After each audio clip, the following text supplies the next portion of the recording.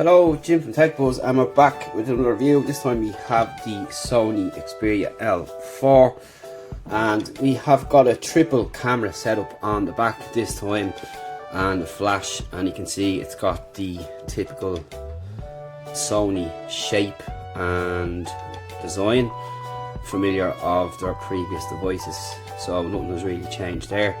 But it's got the 21:9 aspect ratio, and that means it's the taller screen, but it's slimmer, so it's reachable, but you do have a one-handed mode built into the phone itself.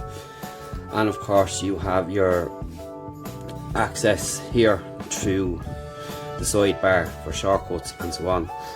So we've got the speaker grills at the bottom, your USB-C, the triple camera setup, your fingerprint sensor here on the side, your volume toggles, and then you've got your SIM card tray there and your camera button there. So pretty much what we've seen before, and nothing really new in that kind of respect.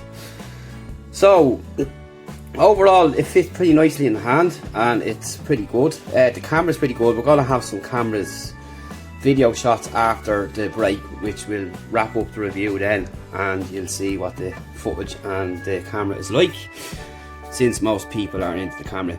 This is a mid-powered kind of device, and it's got an LCD panel instead of your OLED, but it's pretty decent in viewing angles, pretty bright, and overall pretty nice to use. It's powerful enough, it's mid-range as I said, and you've got 3 gigs of RAM and you've got 64 gigs of storage, but of course you can optimize that by putting in a micro SD card, and that's not too bad. You can also use it as a dual SIM if you wish, it's up to yourself, so it's not too bad. So the camera is okay. Sometimes I found it a bit slow, but overall it's pretty good. You've got your 5 megapixel camera, and you've got your 13 and your 2 megapixel depth sensor, and the front facing camera isn't too bad, and that's 8 megapixels. So overall it's pretty decent enough. For the price this comes in at, it's pretty decent, and it wasn't slow by any means, and for the price you're going to pay, which is it's probably going to average around 300 quid or something like that, and the prices keep changing all the time, so no, it'll be about 200 quid, depends where you buy it. For the price you're paying, it's not bad, and it does a pretty good job. Even for myself being a heavy user, I've used this with all my stuff on it and it's been flying along pretty good, and I was pretty happy with how it went, and you know, it can't be too bad for the price. So it's good to see a bit of competition down at the low end entry level market, and Sony have that covered with this device here. You've got a 3580 battery, which isn't bad. We're starting to see phones now with 4000 plus, but you know, depending on your use, you'll get through a day with it. I get a day anyway, even though I'm a power user, I still got a day out of it, but some days I was running a bit close to having to charge up the device, and overall not too bad. But again, it's the cost performance ratio you're looking at here, and when you look at it from that point of view, it's not a bad phone. It's punching above its weight for its price as far as I'd be concerned, compared to other phones that are out there on the market. And you've got this kind of, as we said earlier, this 3 camera setup. This camera race back on the back of phones is now becoming a joke, so this is kind of subtle. It doesn't stand out and say, hey, look at me, I have more cameras than you. So I kind of like that kind of aspect to it there, and you know, keep it that way. And then you've got your headphone jack up on top, which I forgot to mention earlier on, so Sony have kept that there. Performance of the speakers, I'm just going to get some tunes up there now and give you a listen to what the speaker sounds like, if I can find the music folder, which is just there.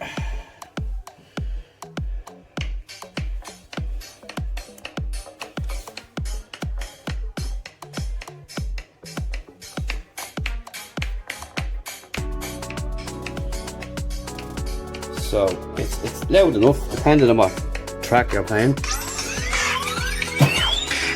Now there is a single fired speaker down here. Again, we've got this dual speaker layout, but it's just a single fired speaker.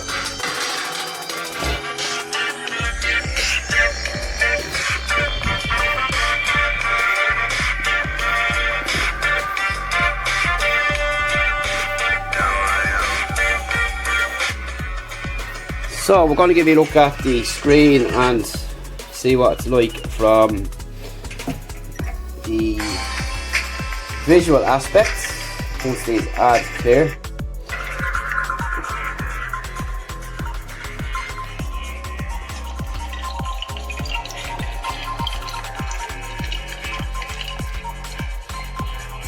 So the viewing angles aren't too bad.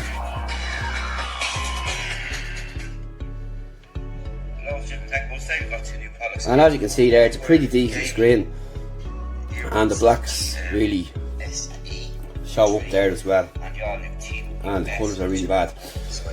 When it comes to photographs and videos, it's going to be kind of hit and miss in some areas like most cameras, but I did find some pictures grainy, some kind of furry, oversampled and so on. But if you get the right conditions, I'm going to have these videos and pictures up in separate clips after this, and you can get an idea. I've took some of the images, so that's a zoom shot there, and that's what it looked like there, but overall it's pretty good. So but I'll have these separate again with front facing samples and night and day videos. But in the camera you're left a bit short-changed when it comes to features compared to other Sony devices. So you've got your usual stuff here. So in your settings here you've got your 4.3, 16:9 and so on, and that's pretty much it in there. You have your self timer, your location, your volume key, your sound and that kind of gear. And we will turn off the front facing camera. So in your video then you have got the typical setup there, and in the video size you've got full HD 21.9 and 16.9, and the rest of the settings are the same there. But it's in the camera, the zoom by 4, and you've much more to pick from in there compared to other models and other competing models at this price.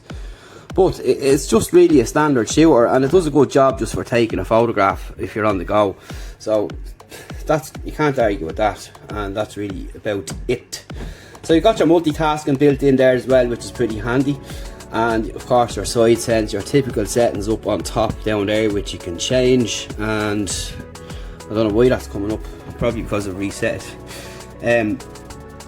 It's pretty snappy moving between apps, and I was pretty happy with how it worked. So for the price, it really is a nice phone, and you can't really complain. It's got an excellent build quality, decent enough camera, decent enough battery. You know, for the price that you're paying, don't be expecting big features that'll stand out, because they're not going to. But as a whole, it's a good competing device with decent specs for the price, and performs well for the price. And overall I was pretty happy with it. I'd like to see it in different colours, and that's probably all I could really say. And perhaps some phone cases. Sony needs to start giving phone cases with their phones.